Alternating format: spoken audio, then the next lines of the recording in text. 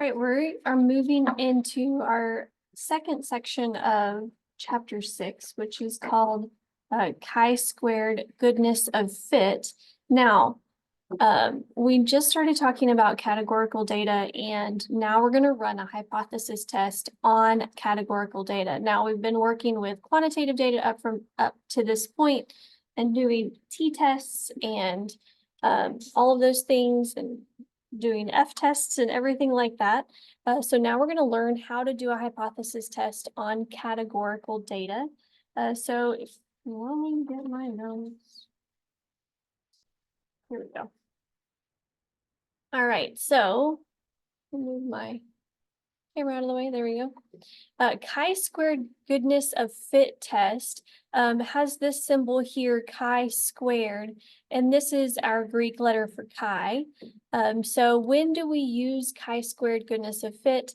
To determine if observed frequencies of a categorical variable with 2 or more levels matches the expected distribution. So good example of this is if I have a bag of Skittles and I want to make sure that I have the correct number of colors of each category, green, red. Well, I guess it depends on what kind of Skittles you get, but yellow and all of those colors. So if Skittles tells me that there should be an equal number of each color, then I can run a chi-squared fit of goodness to see, even if they vary slightly, that they don't vary enough for it to not be what the manufacturer tells me that it's going to be. So steps to testing here, very similar to what we've learned before, stating the null and alternative hypothesis.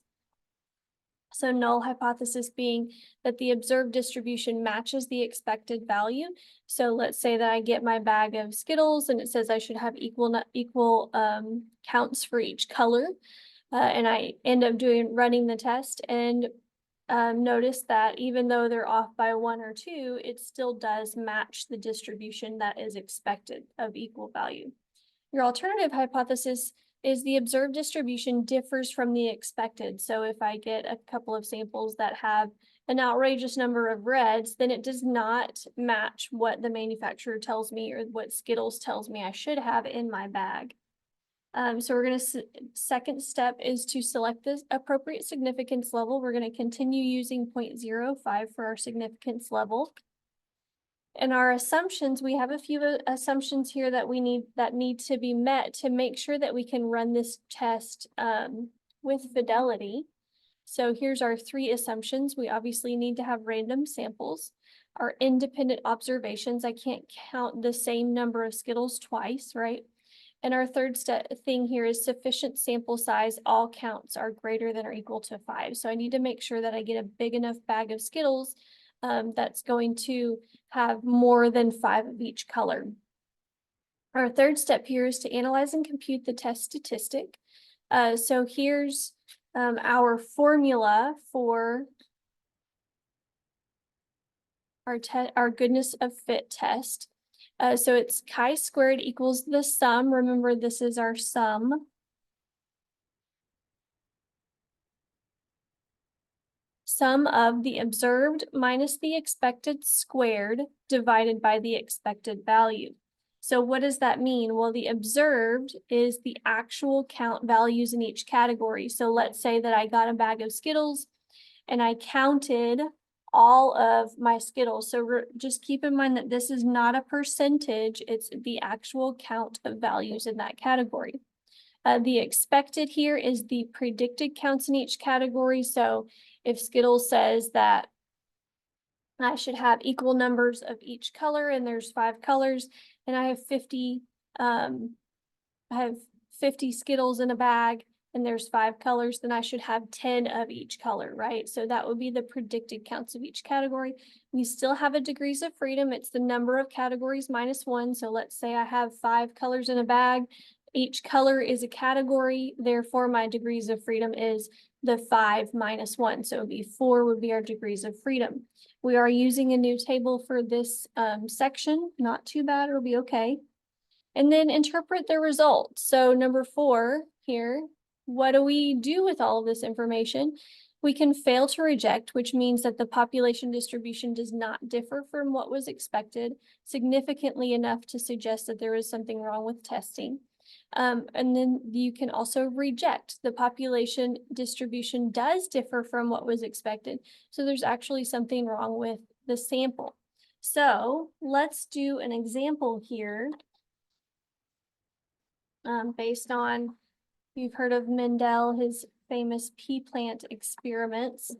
So let's study this a little bit. It says you're following one of Mendel's famous pea plant experiments and want to test the claim that 3/4 of the seeds are yellow and 1/4 of the seeds are green. From your sample of 50 pea plants, you get the following results. And this is your actual observed values here.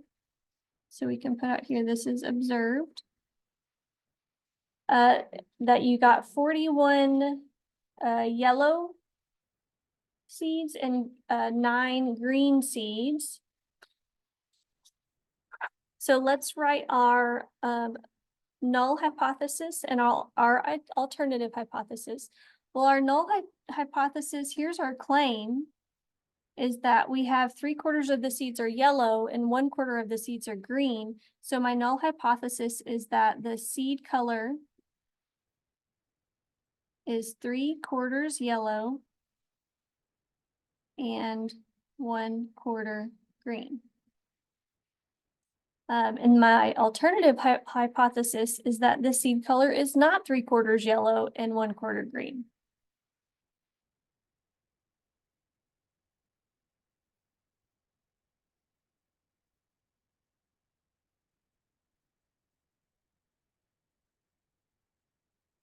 So just like our ANOVA test, in our chi-squared fit of goodness, it doesn't necessarily tell us which one is off. Could be both or it could be one. So let's check our assumptions here. They did a random, we did a random sample of 50 pea plants. And I want to make sure, secondly, that each value here is greater than 5, greater than or equal to 5, which it is. And then we're going to use 0.05 for our significance level. So let's analyze and compute the test statistic. So first of all, I need to know what is my expected value, right? Well, out of 50 pea plants, I want to know, because it says that 3/4 of the seeds are yellow. So I want to know for yellow what it should be, and that's going to be 3/4 times 50. So 3/4 times 50 is 37.5. So 37.5 would be 3/4 of the plants. And then for green, it was 1/4 of 50. So 1/4 of 50 is 12.5. So these are our expected values based on the proportion that it should be. So let's compute this test statistic given the information that we have. So we have our chi-squared equals, and we're going to do our actual value minus our expected, or our observed value, 41, minus our expected, which is 37.5, square that number and divide by our expected. And remember, it was the sum, so we're going to add the same thing over here. So actual minus expected squared divided by the expected. So let's calculate these two values.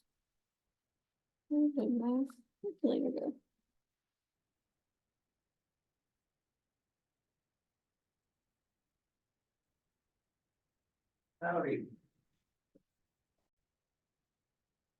All right, got my calculator. So let's see what this comes out to be. I'm going to go ahead and start with my fraction just to be smart.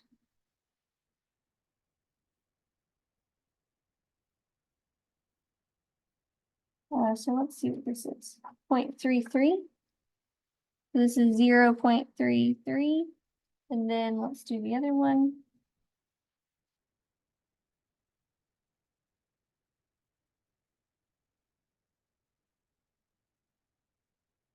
.98. So we'll add these two together.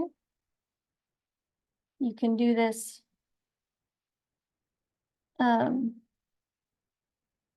You can do this all together. You would get the same answer. So here's our chi-squared goodness statistic value. So what does this matter? Well, we need to first have our degrees of freedom and our chi-squared critical value. So let's see, our degrees of freedom from our notes states that it's going to be the category -1, or the number of categories -1. We have 2 categories, right? Because yellow and green. So 2 minus 1 is 1, so our degrees of freedom is 1.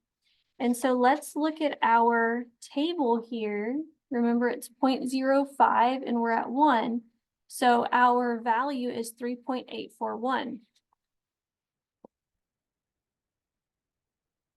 So I want to compare 1.31, our test statistic value, with our chi-squared critical, which is 3.841, and we can see that 1.31 is less extreme than 3.841. So we can interpret our result to be that we fail to reject this null hypothesis. There is no evidence to suggest that the observed distributions differ from the expected distributions.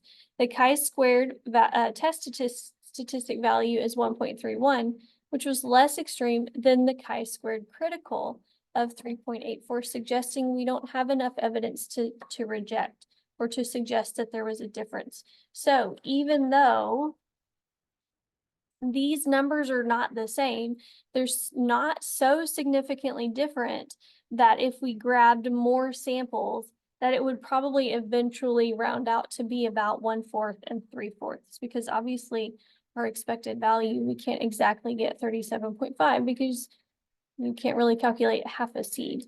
So hopefully that, go ahead and do the now you try.